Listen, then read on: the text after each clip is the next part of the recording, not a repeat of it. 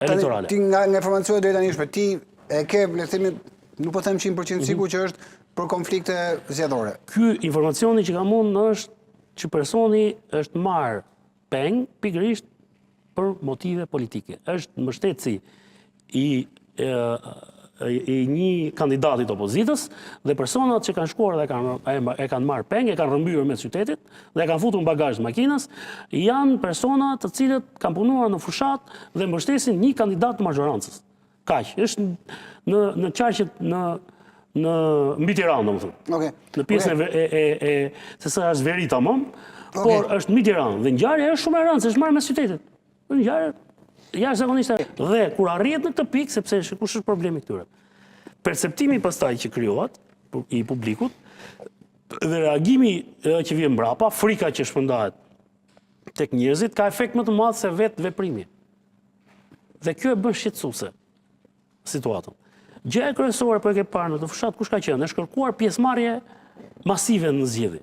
Pavarësisht se për kë votojnë, për votoni, ta ushtrojnë të drejtën e tyre për të votuar, të mos trëmben nga askush për të votuar, të mos intimidohen si nga mazhoranca, si nga grupet kriminale, si nga opozita, si nga askush, të shkojnë të votojnë drejt plot. Thash, sot teknologjia e deformimit votës nuk ndodh më ditën e votimit. Dita e votimit shkon fare qetë, dita e diel. Vota nuk deformohet tek kutia e votimit, mbasi shedhur aty, dhe te numërimi. Vota është deformuar përpara. Pra, gjithë lufta bëhet që ti ta deformosh votën përpara ditës votimit, që kur të vesh atje, pra, pse u shpikën patronazhistët? Patronazhistët u shpik për të ditur kush është elektorati gri dhe kush është ai që është kundër. Dhe ç'a ndodh? Tek ai që s'kemi besim i marrim kartën e identitetit dhe i themi ti s'voton, s'voton. Po, mos voto fare. Po që ti jemi ne të bindur i marrim kartën. Tek ai tjetër e dim që do votoj për krahun tjetër, do të bësh presion. Kur ai sa ha presionin, do tentosh ta blesh. Kur se ble dot, atëherë do përdorësh mjete të tjera që ta dekurajosh ata të shkojnë në votim. Këtë radhë ty kryeministri bëri vetë thirrje. Po. Mos shkoni tha fare do jepni vot natyrë valla. Po s'na e dhet ne tha, mos shkoni fare. Pra, ndërkohë kryeministri është organizatori i zgjedhjeve dhe një nga objektivat kryesore që ka kryeministri përveç fakti që përfaqëson mazhorancën e do të marrë mandatin, është të organizojë në mënyrë perfekte zgjedhjet. Është si ndeshja e futbollit, kur ndodhin incidente, dënohet ai që është prit si ndeshje, se ai ka marrë masa për organizimin. Po nëse ti që organizon vetë garën, dele thon mos votoni, nëse s'ma jepni mua kur thot mos ma jepni, po mos ja jepni atij tjetrit. Pra të gjithë këto elementë të ndërthura bashkë krijojnë një situatë e cila është problematike. Tani jemi para faktit tjetër. A mos po mundohemi ne ta bëjmë të fushat më problematike nga ajo që ishte në vërtet? Për ty, si është? Thash, ndryshe nga 2021, 2021 ishte një rast tjetër studimor, kur ne pam përfshirjen e administratës dhe të krimit dhe pam efektin mbas. Efekti ishte mjaftueshëm, edhe pse balanca e votave midis opozitës dhe mazhorancës ishte shumë e vogël, distanca në mandate ishte shumë e madhe. Dhe ndërhyrja ishte determinuese. Vërtet 74 mandate u morën, po në një mandat në ato që fut te lokali Kuçit ai, aq mjaftojnë për të dhënë mandatin qeverisës. Kështu që në rastin konkret, pra në këto zgjidhje, palët janë përpjekur që të mos ekspozohen, përfshirë, thash edhe eksponentet të krimit organizuar. Kjo fushat pati një veçanti tjetër, pati një aktivitet jashtëzakonisht të madh në diasporë.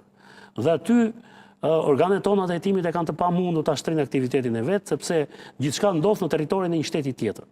Dhe nëse ti nuk kooperon dot me vendin ku, për shembull, po të marrë Greqinë, u kryen aktivitete me kosto të mëdha financiare. Por si do ta verifikosh ti sa i kushtoi salla aty, sa i kushtoi organizimi, sa i kushtoi fonia, qendra e zërit e ku diun çka kishin ata, ledwollët, se tani ne kemi dhe regji fantastike për këto. Pra, këto janë kostot që ti si i merr dot kurrë vesh sepse ka ndodhur jashtë territorit të Shqipërisë. Dhe ti nuk e shtrin dot hetimin atje, se nuk është në jurisdiksionin tënd. Pra, po në Itali, po në Gjermani, po në Amerikë, të radhë fushata u shtrin. Po kudo? Dhe kjo kishte një kosto të shtuar financiare krahasuar me fushatat paraardhëse. Por thash incidentet e dukshme, sepse edhe këto personazhet e botës krimit u bën çik më të zgjuar këtë radhë, sepse e pam paraardhësit e tyre në 2021 kanë shkuar në kokën e burgut.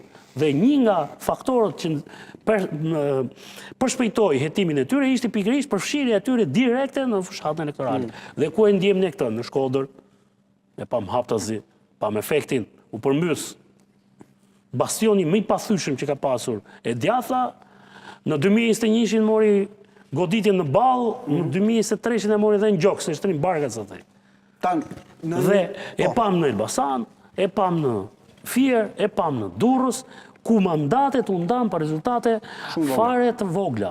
Dhe nëse opozita i merrte ato rezultate për 23 vota, për 71 vota, për 67 vota, ne do të kishim një panoramë tjetër të situatës politike në vend. Ndodhi kjo që ndodhi. Këtë radhë që kanë bërë? Të gjithë tha që u dogjën nga 2021, kanë gjetur një mënyrë tjetër të radhë, të punuarit, të funksionarit. Një mënyrë, po them, ata që përdornin për marrë një term nga fusha që operojnë. Pra, ata që përdornin pistoletat Glock për të goditur rivalin, këtë radhë vull silenciator. Se më përpare të gjëndim zhurmën, edhe dini, po ka një zhurmë atje dika e palosën. Kur i fut silenciator ai, tani ti uro ta gjesh shpejt kufomën, se po se gjetë shpejt, se gjendot kur vrasit. Pra, ta mbyll të kjo pjesë. Po, sepse kam në të minuta fund thirë duhet ca këshilla ose paralajmërime për 11 maj, për dielën. Që ta mbyll të kjo pjesë, pra, ndryshe nga ajo që pam në 2021, apo në 2023, këtë radhë ishin pak më finë, ishte pak më strolluar teknologjia e devijimit të vullnetit të qytetarëve, pra devijimit dhe ndikimit e vota e tyre. Ajo që u premtua 6 muaj para, 3 muaj para, nga task forca që u ngrit, që do të paranalonte ndërhyrjen dhe devijimin e votës qytetarëve, për mua ka dështuar, efekti i saj është fare minimal. Urojt paktën që tani të merren tani mbrapa, se në 2021 s'u morën as mbrapa me ata që e bën, po të paktën të merren tani mbrapa. Deri tani efekti i kësaj, çfarë na u premtua, çfarë u tha dhe çfarë u bë, nuk përputhet me realitetin në terren. Tan, dua në fund në këto çerek ore 12 minuta që kanë mbetur, të flasim pak për 11 majin. Ku duhet të jenë kujdes, ku duhet të ketë kujdes dhe çfarë pritet të ndodhë në 11 maj? Këti çerek të tremti, po Interi ti mjafton shumë pak se çerekore me përmbys gjithë të Barcelonë. Su të flesit tifoz i Realit, po. Ta normalizojmë që këtë, se bëm shumë agresive situatën. Çfarë ndodh 11 maj? Po që t'i afrojmë. Pra mund ndodhi dhe kështu, njerëzit donë dhe kështu. Patjetër. Të vi një si Acerbi në mbrojtje të rasi golat e minut fundit, po kjo është edhe pse Acerbin e kanë zënësuar me Lacivitën, presin që krish Lacivita. Nga regjia po mbysë kush e fiton Champions. T'japi një goditje të fundit. Në momentin që ikën mbreti, pastaj ata tjerë të vritin dhe pritin. Nga regjia. Se në nëzurë nga konteksti, po e ka thënë Guardiola, ne duhet ta merrim Champions League çdo vit, po çfarë bëjmë aty është Reali, tha dhe. Po, dhe nuk është Reali. Këtë vit s'është Reali, kështu që me merit, po nëse do ta shohësh, domethënë duket sikur italianët meritojnë për se kanë eliminuar Bayernin edhe Barcelonën, po nga krau tjetër Parisi ka eliminuar 3 skuadra angleze. Zakonisht kush eliminon anglezët është më favorit, sepse është kampionati më i fortë. Tani të kemi të pjesa jo. Çfarë duhet ketë kujdes? Çfarë duhet kenë kujdes në 11 maj? Kujdesit, shiko. Çfarë ka ndodhur? Sot në Tiranë janë aktivitetet përmbyllse. Po, dhe Tirana sot është? Mazhoranca? Po. Partia Demokratike dhe PSD-ja. Jo, po ka dhe tjera, mundësia... Po flas to 3 që janë parlamentare aktualisht. Lisha Bashk, të gjithë pothuajse i mbyllin sot. Të gjitha forcat opozitare, me aq sa ka pasur kontakte, janë ankuar pikërisht për këtë gjë. Ata thonë që është lënë qëllimisht Giro d'Italia sot. Dhe ne nuk e dim se do dalim nga këtu një. Po, për të bllokuar thotë aktivitetet tona përmbyllse, se për ata është shumë e rëndësishme dhe imazhi viziv që çojnë te qytetarët. Tani, ata thonë këtë gjë. Ne dim që do dalim nga kjo studio, nuk do vëmë dot në shtëpi. Po.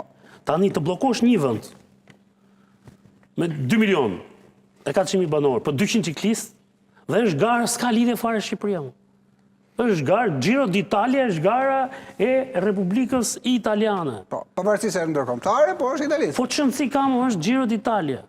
Unë do t'isha do ta mbështesja këtë veprim, nëse në sajt investimeve në sport të kësaj mazhorance, një skuadër ciklizmi e Shqipërisë ose një ciklist shqiptar do ishte pjesë e kësaj gare. Pra është si punë e Sanremos. Sanremo, ne gëzojmë kur një shqiptar këndon Sanremo, jo të vizë bëhet Sanremo në Baldush. Se mund ta sjellin një ditë ata, japin lekët, vinë ata. Pra, bota moderne ku ne jetojmë ka treguar, ty të ka ardhur në Shqipëri Real Madridi për të luajtur me Gramozin e Ersekët, se i dhe lekët. Dhe kjo tregoj sa do i mathësh Real Madridi, për 2,5 milionë euro, erdhi lujti te stadiumi që ju fikën dritat dhe u lanë dush më i cot gjithaj Ronaldo i madh, me Raule, me ku diun kës kishte ai, e çon te kryeministri, ne i dhanë ai bluzë ata, me numrin 1 kryeministrit asaj kohe, por ata erdhën për 2,5 milionë euro. Ndërkohë ne organizojmë një garë, ose organizojmë e bllokojmë vendin tonë për një garë që jo vetëm nuk fitojmë gjë, po kemi paguar 7 milionë euro. Ka gjithë fatura? 7 milionë euro është në zyrtarisht, unë besoj që është më shumë, po vetëm organizimi që ka qenë dje Sheshi Skënderbej, ato koncertet e të ftuarit e këtu, patjetër që ka një kosto tjetër. Po Shqipëria, vendi më i varfër i Evropës, paguan 7 milionë euro për të bllokuar në kulmin e zgjedhjeve, për të bllokuar aty ku jeton 60% e popullsisë. Pra kemi bllokuar kryeqytetin, qytetin tjetër, porti më i madh Durrësi dhe ulësirën perëndimore, ku është pjesa kryesore është Fieri dhe Vlora. Tani, po them, pse pikërisht është lënë në këtë moment? Dhe pse ku është kulmi i fushatës? Se kjo do vazhdojë, s'është sot, kjo është nesër dhe pas nesër, është të dielën. Po të dielën në Vlorë ditën e zgjedhjeve. Kjo ka implikim tjetër. Policia e shtetit është e detyruar të marrë se ka dhënë garancie. Po. Sot unë para pallatit sa dola, pash autobusat shkarkonin policë, s'kisha pa ndonjëherë aq policë në atë zonë. Sepse policët e shkret, përveç se duhet merren me zgjedhjet, me qenat e votimit, me të gjitha këto, duhet merren me Giro d'Italia. Ndërkohë të hënë kemi finalen e kampionatit, e policët duhet vënë aty se duhet jemi policë atje, se të vinë 10.000 shkodran atje dhe do t'i bësh derman atyre, në zemër të qytetit, po pastaj kemi takimin me ata liderët e Europës, pra dhe ti e ke asfiksuar qytetin. Dhe e ke bërë, thash, e ke bërë në këtë moment që jenë në fushat. Po ndikoj kjo në 11 maj? Tani nuk e di, po e sot ndikon. Sot pjesëmarrja në takimet përmbyllëse të fushatës elektorale ka qenë minimale për shkak se s'kanë si të vinë. Kur ne shkojmë dot në shtëpi, imagjino ai që do të vi për opozitën atje, nga do vijë? Si do vi? Kjo gjë mund të dikush tjetër, kjo është edhe për mazhorancën. Po valla, tani mazhoranca ka një avantazh, se të shet dhe garën si sukses të vetit. E ka shitur ai. Po. Ne tha, sollëm, do sillim Formula 1. Po ç'a fitojmë, vinte pjesa, ç'a fitojmë? Jo, po ky është marketing për Shqipërinë. Jo,